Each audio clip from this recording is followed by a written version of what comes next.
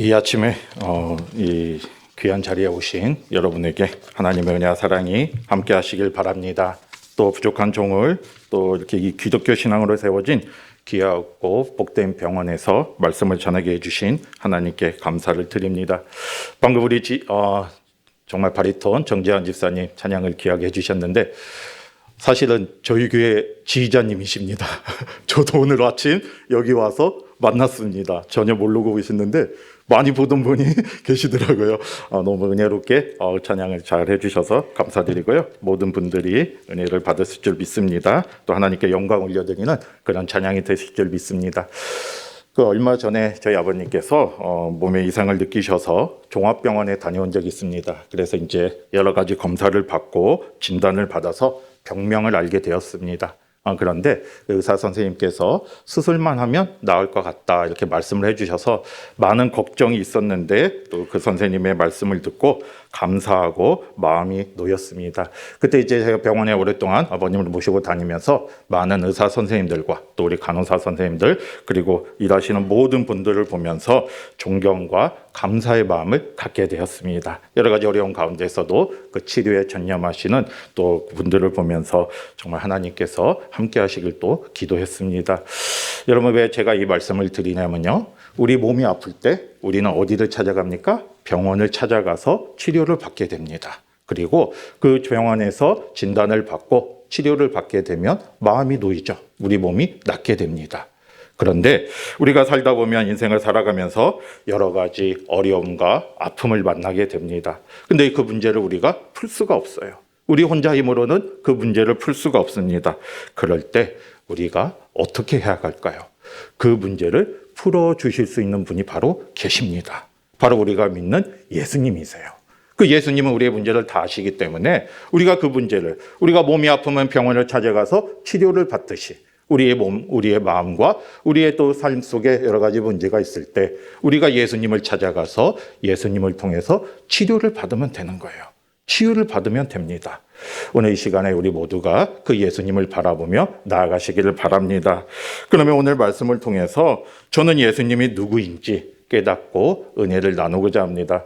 여러분 14절 말씀에 보면요, 히브리서 오늘 말씀의 14절을 보면 예수님이 누구신지를 말씀하고 있어요. 바로 대제사장과 하나님의 아들이라고 우리에게 말씀하고 있습니다. 여러분, 예수님께서는 우리의 대제사장이 되십니다.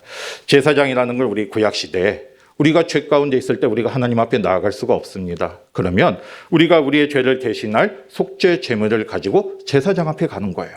그러면 제사장이 우리를 대신해서 이 속죄 제물을 하나님께 드리고 우리의 그때 비로소 우리의 죄가 사함을 받고 하나님 앞에 나아갈 수가 있습니다. 바로 그게 제사장의 역할이었는데 예수님께서 우리를 위해 대제사장이 되어 주셨습니다.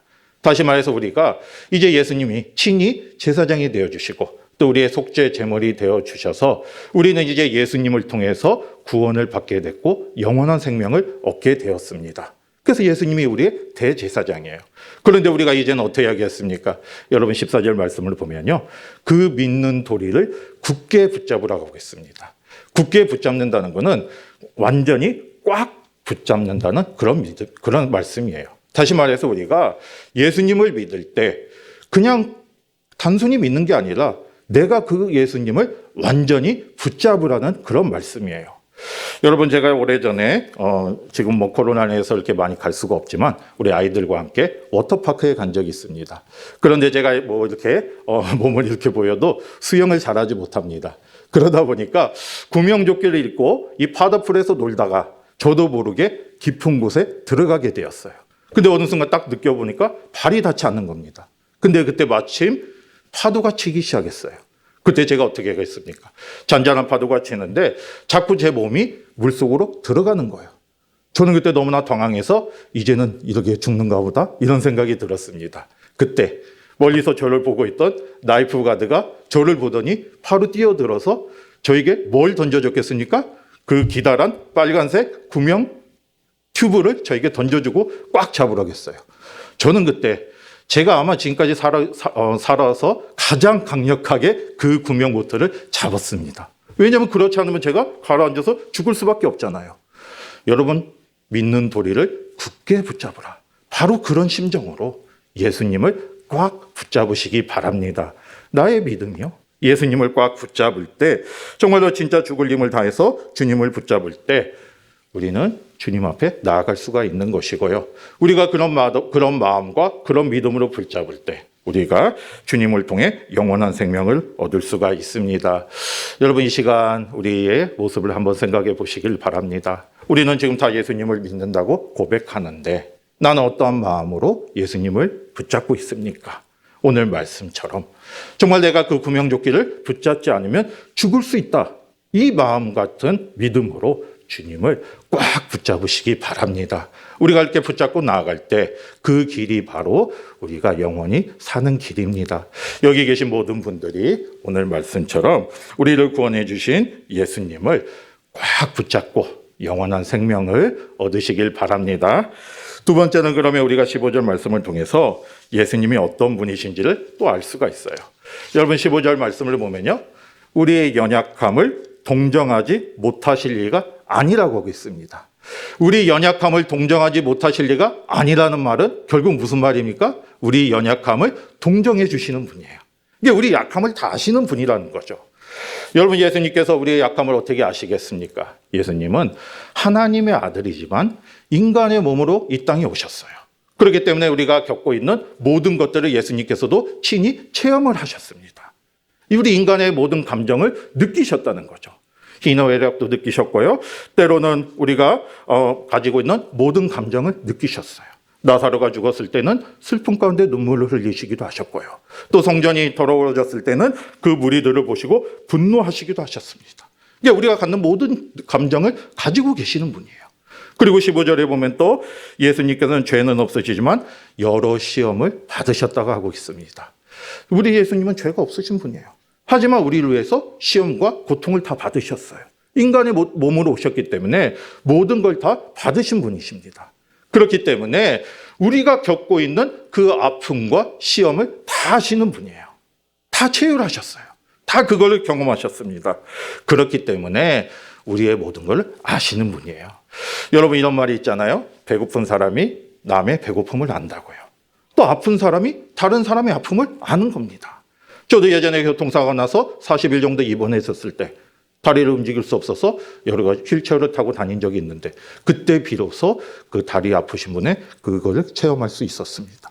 근데 예수님께서는 우리의 모든 것을 아시는 분이시기 때문에 바로 그 예수님께 우리가 나아가면 그 예수님이 우리에게 다가오셔서 위로가 되어주시는 거예요. 왜냐하면 우리 아픔을 아시기 때문에. 그래서 우리도 예수님이 우리의 위로자가 되어주십니다. 여러분, 제가 미국에 있었을 때 같이 공부하던 한 목사님의 이야기입니다. 그 목사님이 운동을 좋아했어요. 그래서 테니스를 좋아해가지고 같이 이제 공부하는 목사님끼리 테니스를 자주 치러 다녔습니다. 그런데 여러분, 우리나라는 치안이 좋지만 미국은 그렇지 않습니다. 자동차 안에 뭐 돈이 되는 물건을 놓고 가면 금방 이 자동차에 유리가 깨지고 그걸 가져가요. 근데 이 목사님이 어느 날 저녁에 같이 테니스를 치는데 깜빡 잊고 가방을 차 안에 놓고 운동을 했다고 합니다. 운동이 끝나고 나와보니까 주차장에 차 유리가 깨져 있는 거예요. 그리고 그 안에 가방이 없어졌습니다.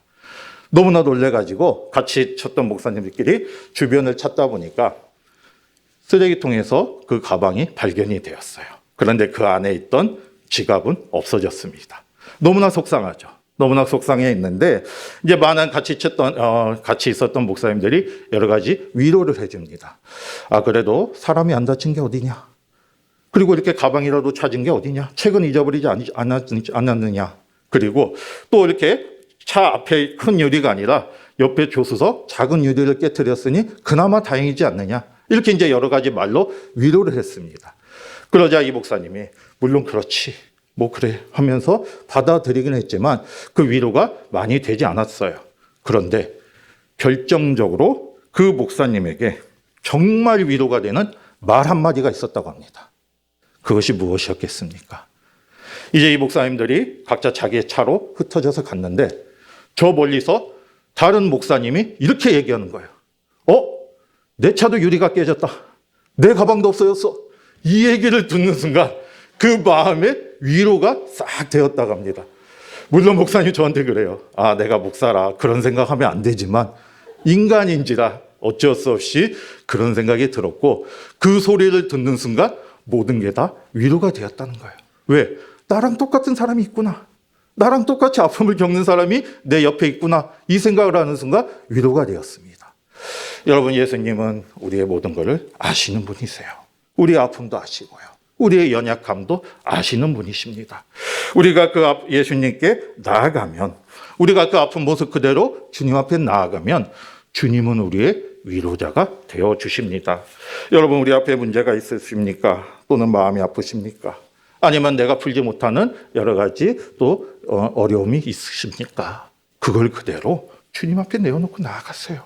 주님 앞에 내어놓고 기도하고, 주님 앞에 내어놓고, 주님, 제가 이렇게 마음이 아픕니다.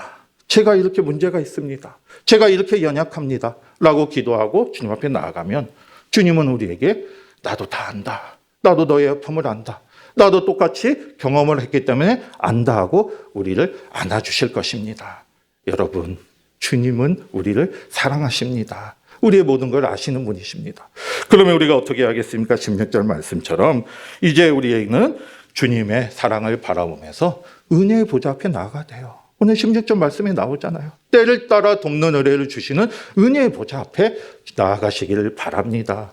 우리가 주님 앞에 나아가는 그 자리는 우리의 잘못을 가리는 심판의 자리가 아니에요. 우리가 무엇을 했나를 판단하는 판단의 자리가 아닙니다. 그냥 오늘 말씀 그대로 은혜의 보좌예요. 우리에게 은혜를 주시고자 하는 주님의 사랑을 느끼시기를 바랍니다. 주님 앞에 나아가면 말 그대로 주님께서 우리에게 은혜를 주시는 것이고요. 때를 따라 돕는 은혜를 주십니다. 여러분, 이 시간에, 이 아침에 우리의 마음과 우리의 모습을 생각하면서 오늘 말씀처럼 예수님이 누구신지를 생각해 보시고요. 우리의 제사장 되셔서 우리를 구원해 주신 예수님, 그리고 우리의 모든 걸 아시는 예수님, 또 은혜의 보좌 앞에서 우리를 기다리시는 예수님, 그 예수님을 향해서 나아갈 때 저와 여러분들이 때를 따라 돕는 은혜를 모두 받아서 은혜 가운데 살아가는 우리 모두가 되시길 주님의 이름으로 축복합니다. 아멘.